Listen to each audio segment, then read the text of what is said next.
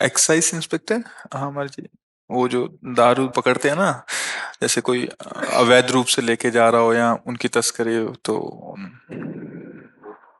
हाँ जी।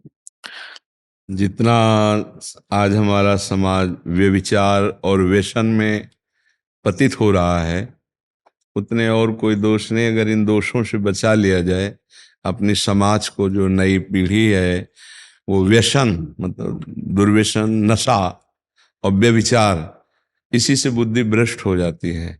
व्यसन और व्यभिचार ये पूर्ण पाप कृत्य, अधार्मिक कृत्य हमारी बुद्धि को भ्रष्ट कर रहा है, आज हमारे समाज को भ्रष्ट कर रहा है।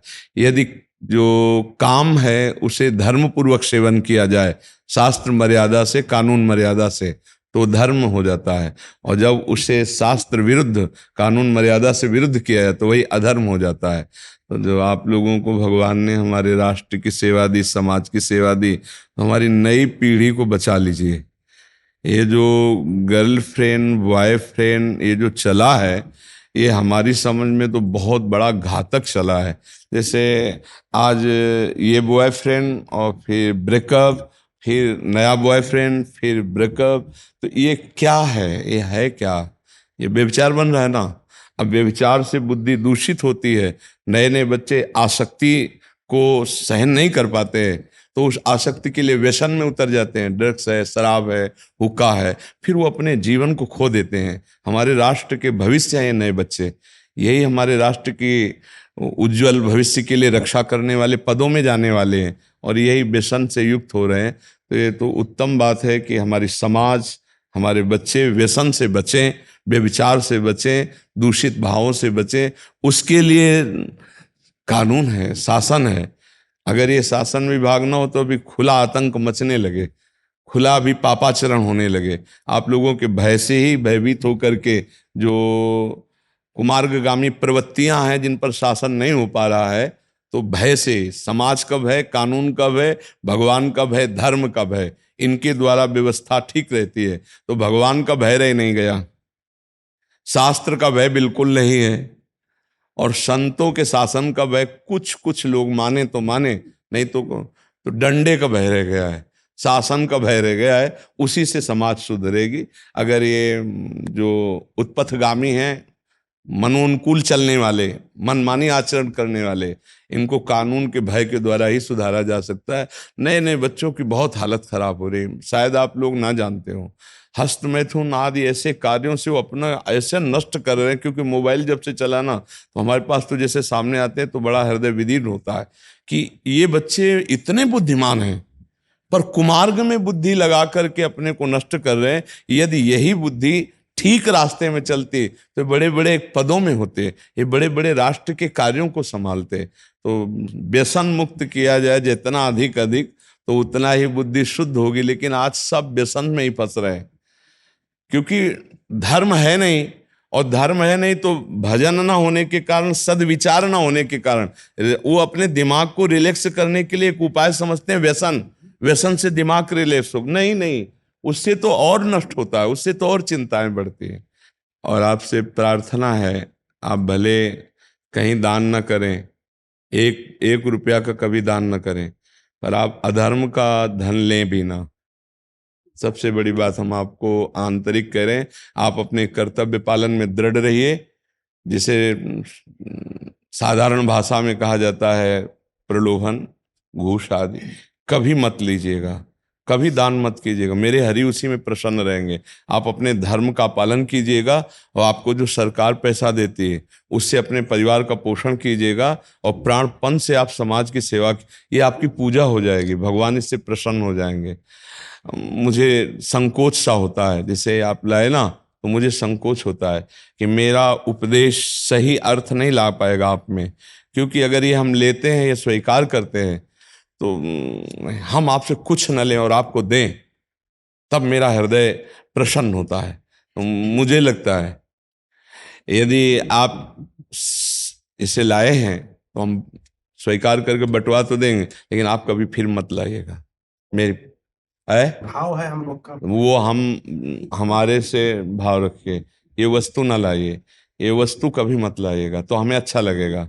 ये वस्तु जब लाएंगे तो हम कमजोर हो जाएंगे, ना हम आपको कमजोर होने देंगे, ना हम अपने को कमजोर होने देंगे। आपको लगेगा कि बाबा के पास हम ले जाएंगे तो बाबा दुपट्टा उड़ाएंगे, बाबा हमें प्यार करेंगे, कदापि नहीं। आप ऐसे आएंगे ना, हम आपको और हृदय से लेंगे। आप धर्म से हमारे राष्ट्र की सेवा करें, 1 रुपया कभी मत चढ़ाएं, आप किसी मंदिर ना जाएं, आप एक फल ना चढ़ाएं, आपको निश्चित भगवान की कृपा प्राप्त होगी। अगर आप इन सब वस्तुओं का तो बहुत लिमिट पैसा होता है आपके पास, सत्य की कमाई का। अगर आप ऐसा दान करने की सोचेंगे तो फिर आपको बाहरी कमाई की जरूरत पड़ेगी। वो हम चाहते हैं कि आप ना लें कभी, आप कभी ना लें। आप खाली हाथ आइएगा, हृदय से आपको स्वागत करेंगे और आप धर्म पूर्वक चलिएगा। हाँ, कभी ऐसा हो तो 100 रुपया अगर मिलते हैं, उनमें से 10 रुपया का एक सेव ले आओगे, काफी हो जाएगा। हमें डलिया में संतोष नहीं होगा, हमें आपके धर्म से चलने से। सच्ची मानिए, ये पहली बार डलिया अंदर आई है, नहीं वही गेटे से वापस करवा देते हैं। इसलिए करवा देते हैं कि देखो आज सब जगह नाटक चल रहा है प्रभु, केवल रुपया, केवल वस्तुएं और भोगों के लिए प्रवचन बेचा जा रहा है।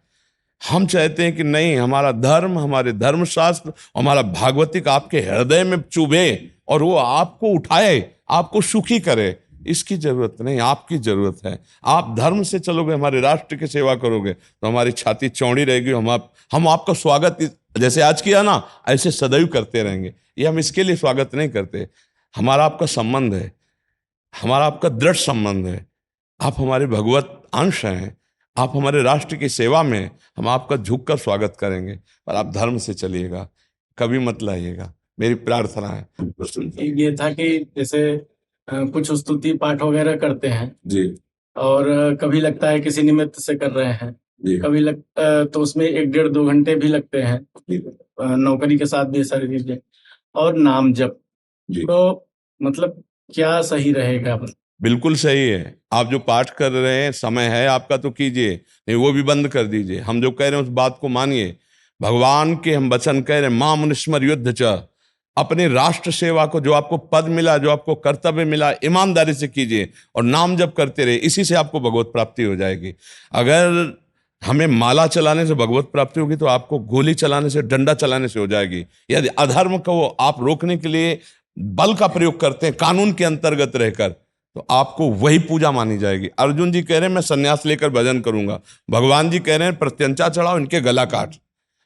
बिल्कुल समझो, आप यदि अपने धर्म में हैं, प्रलोभन या भय से आप झुकते नहीं हैं, टूटते नहीं हैं, तो आपका बहुत बढ़िया भजन हो रहा है। सच्ची मानिए, हमें जो माला चलाने से गति होती है, वही तुम्हें गोली चलाने से गति हो जाएगी। बस धर्म पूर्वक आप चलिए। हम जानते हो प्रार्थना इसीलिए कह रहे हैं, थोड़ा सा चुभ सकता है, इसीलिए कह रहे हैं कि आपके हृदय में धर्म का महत्व बने, धन का महत्व ना बने। इन फल फूलों का कोई महत्व नहीं है, 6 घंटे बाद बिस्टा बन जाएंगे, इनका कोई महत्व नहीं। लेकिन आप धर्म से चलोगे।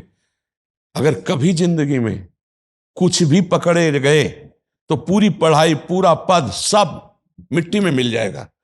आप धर्म से चलिए, कभी 1 रुपया दान मत कीजिए। जो आपको मिले अपने परिवार के पोषण में लगाइए, धर्मपूर्वक राष्ट्र सेवा, इसी से आपका सम्मान होगा यहां भी और भागवतिक भी सम्मान होगा। आज हम यहाँ कहीं चूक न कर बैठे। बस कई बार हम समझाने की चेष्टा करते हैं कि आप लोग पढ़े लिखे हैं, आप लोग ग्रेजुएट हैं।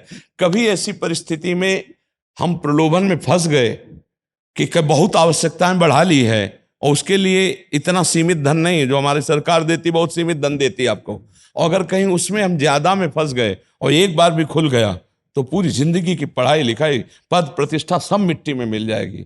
बिल्कुल मत करो दान, बिल्कुल मत करो उतने खर्चे जिससे आपको अधिक धन की आवश्यकता हो। आप सरकार द्वारा दिए हुए धन से उचित व्यवहार अपना करें और धर्म पूर्वक चले। इससे यहां भी सम्मान होगा, आज नहीं तो कल, और भगवान भी आपको सम्मानित करेंगे, भगवान भी आपको प्यार करेंगे। ये अंदर से कहीं ना कहीं आप आए हो तो यही समझने के लिए तो आए हो, यही समझना, हम यही समझाना चाहते हैं। अर्थ प्रधान जीवन न हो, भोग विलासता प्रधान जीवन न हो, तो आप राष्ट्र सेवा में, भगवत सेवा में, दोनों में प्रवीण हो जाएंगे। यही प्रार्थना है आपसे हमारी।